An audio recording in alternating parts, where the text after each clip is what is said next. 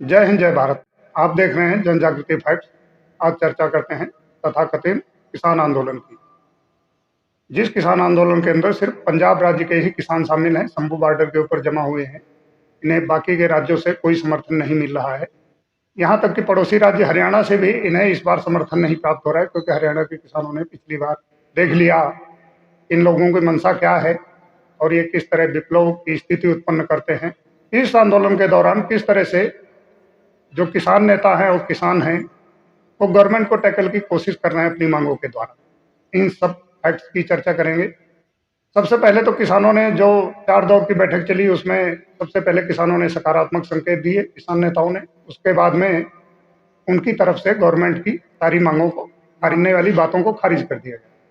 यहाँ पर एक बात उल्लेखनीय है कि 23 फसलों के ऊपर एमएसपी पहले से ही लागू है। सूत्रों से खबर यह है कि 40 से 50% ऐसे किसान हैं जिनके पास जमीन है ही नहीं, वो भी इस आंदोलन के अंदर शामिल हैं। क्या उन्हें किसान ही माना जाए? अच्छा, न्यूनतम समर्थन मूल्य सरकार की खरीदी योजना है। न्यूनतम समर्थन मूल्य सरकार की खरीदी योजना है। विशेषज्ञों का कहना है कि प्रेजेंट में असंभव नहीं है।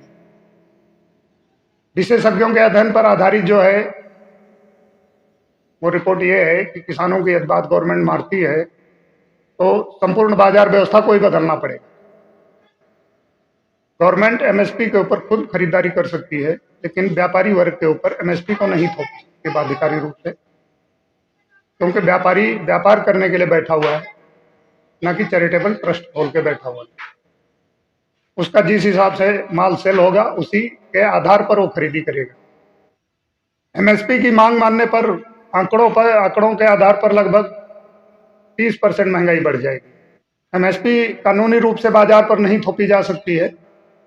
उसका कारण यह है कि एमएसपी तब लागू की गई थी जब देश में खाद्यान्न की कमी थी। तो डिफिसिट की जो योजना है उसे अब प्रेजेंट समय में लागू करना संभव नहीं है।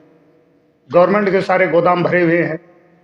यहाँ पर ध्यान देने वाली बात यह है कि गवर्नमेंट की एमएसपी पर खरीदी अपनी पूरी शक्ति पर है।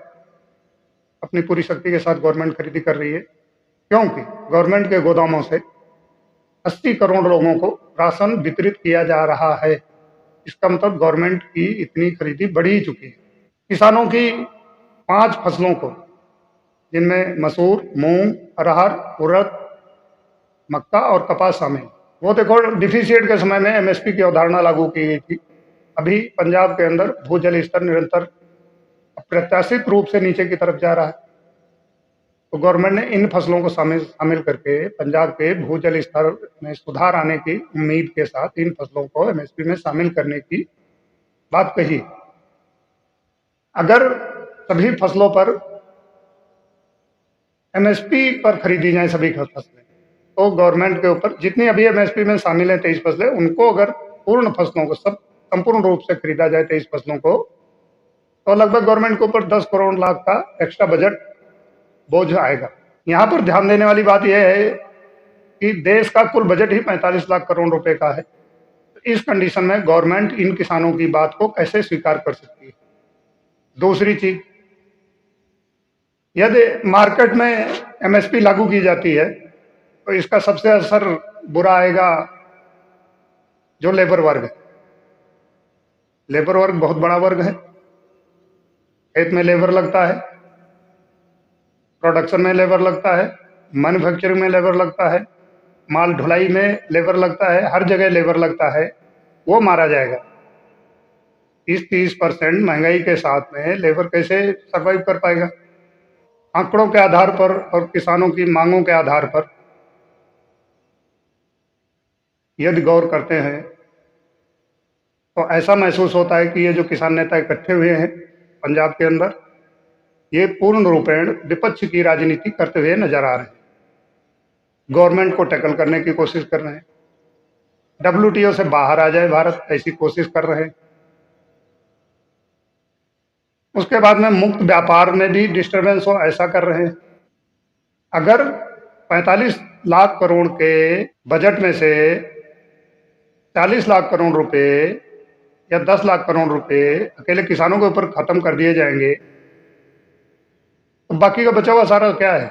देश के अंदर ये व्यापार चल रहा है, मैन्युफैक्चरिंग चल रही है, हेल्थ केयर सेक्टर चल रहा है। बाकी सब सेक्टरों को फंडिंग और जो आवश्यक संसाधन है वो कहाँ से उपलब्ध कराए जाएंगे? जो बाकी गवर्नमेंट के प्रोजेक्ट्स चल रहे हैं वो कहाँ से पूरे होंगे?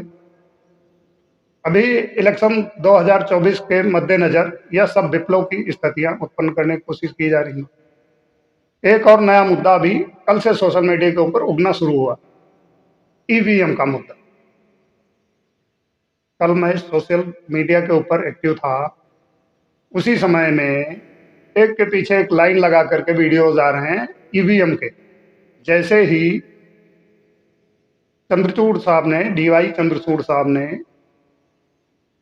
इलेक्टोरल बॉन्ड के ऊपर अपना फैसला सुनाया, वैसे ही ये वीडियो उगना शुरू हो गए ईवीएम वाले। मैं निरंतर 2 घंटे तक लगभग देखता रहा, 2 घंटे तक निरंतर ये वीडियो पॉपअप होके अपने आप आते रहे और उन पर सभी पर 1 मंथ एगो, 1 मंथ एगो, 1 मंथ एगो। अरे भाई, एकदम से भी ईवीएम का जिन्न कहाँ से पैदा हो गया?